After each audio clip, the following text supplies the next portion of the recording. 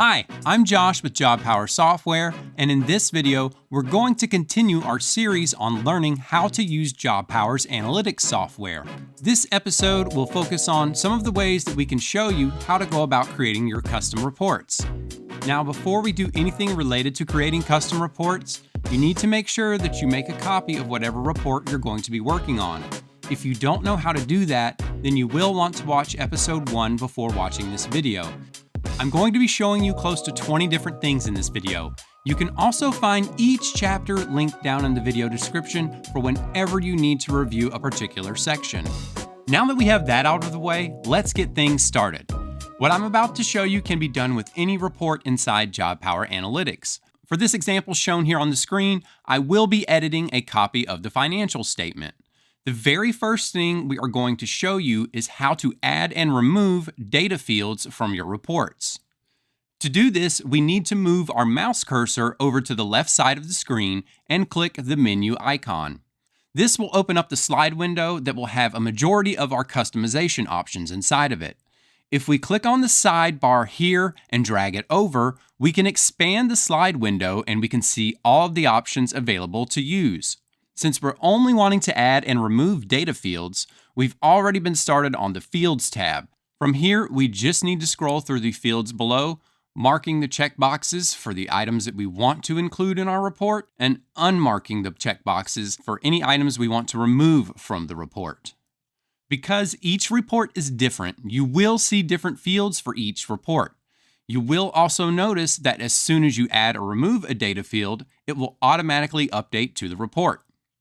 Now that we know how to add and remove data fields to a report, let's show you how to save the custom view that we just created. To do this, we just need to move our mouse cursor up to the floppy disk icon that's located to the right of the menu button that we just used. This will bring up the Save As pop-up window, and here we can name our custom view and set its visibility. We can make it so that others can use this view if needed, or we can keep it so that only we can use it and nobody else gets confused.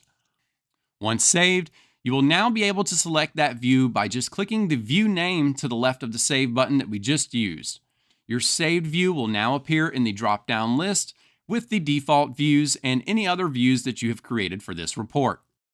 If you would like to have your custom view displayed as soon as you load into the report, you only need to click this little bookmark button so that it has been filled in. It will make whatever view you have bookmarked as the default starting view when you load into the report. And while we're here, I'll also point out that any text in your report that you see that is the color blue, that means that you can click on it to drill down into it to look at more information. This goes across all of your reports, so if you're able to drill down and find more information, the text will be blue. Now that we have adding and removing data fields down, let's start learning some of the things that we can do with them. Changing the positions of your columns is very easy. To do this, you just need to move your mouse cursor to the top of the cell at the top of the field you want to move. You'll hold down your mouse button. When done correctly, you'll notice a blue box appear around the entire cell, and then you'll be able to drag and drop it into the position you like. You will notice that as you move it along with your mouse, it will automatically update its position on the report until you release the mouse button. Once you've released the mouse button, it will stay in that position until you move it again. So now we know how to move the columns, but what if we want a column to always be viewed no matter how far we scroll over?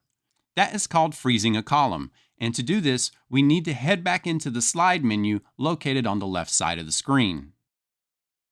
Now, you'll notice that while I'm scrolling along to the right, each column moves along with it and will disappear. If we move our mouse cursor over to the slide menu that we opened up, and then click on any field highlighted in blue, we get a drop-down menu with 3 options on it. We want to select Freeze, and once it's been clicked, you will notice that it has added a little lock next to the field in our slide menu. This is to confirm that the column has been frozen, and when we scroll over to the right, you'll notice that the column we froze will always be visible. You can also easily adjust the size of the columns by clicking the divider between them and dragging it to the size of your choice. Now, moving them and adjusting the size of your columns is not the only thing that you can do up there. You will notice these little arrows inside of the header column on the right side. These will allow you to quickly sort everything by the ascending or the descending order of that column. The arrow highlighted at the top will indicate if it is currently in ascending order, descending order, or neither if both are grayed out. Now, what if you want to make multiple columns sorted like this? To make multiple columns sort by ascending or descending order, we just need to go back to our slide menu located on the left side of the screen and select the sort option from the menu. When the sort menu opens up, it will already have one field loaded in and ready to edit. We only need to select the column we want to sort and then choose the ascending or descending order. Now that we have our first column set up, we just need to add another and set it up as well.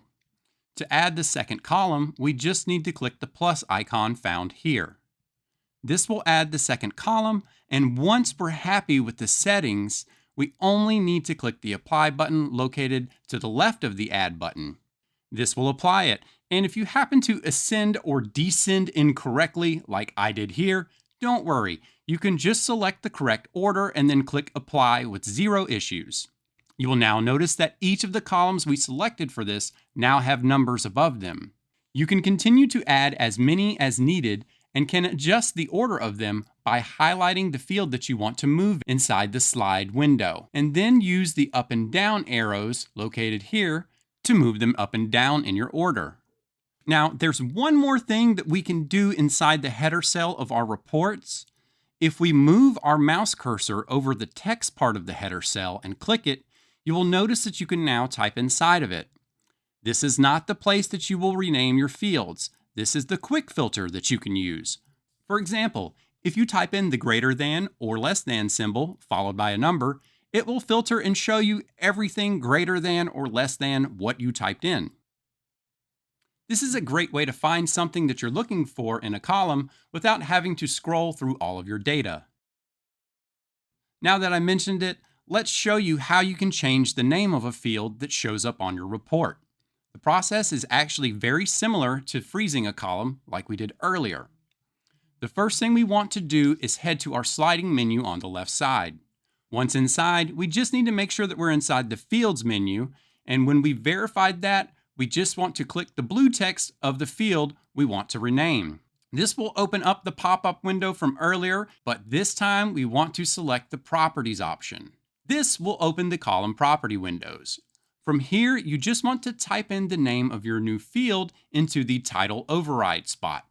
Once you're finished, just click OK and your report will update with your new title showing. And finally, the last thing that we will cover in this video is how you can download the data from JOBPOWER Analytics.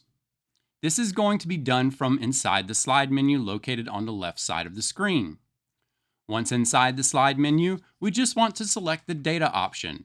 Once we do that, we'll be able to see the different formats that JP Analytics can export to. You can even select an Excel or PDF export with the totals located at the bottom of the page.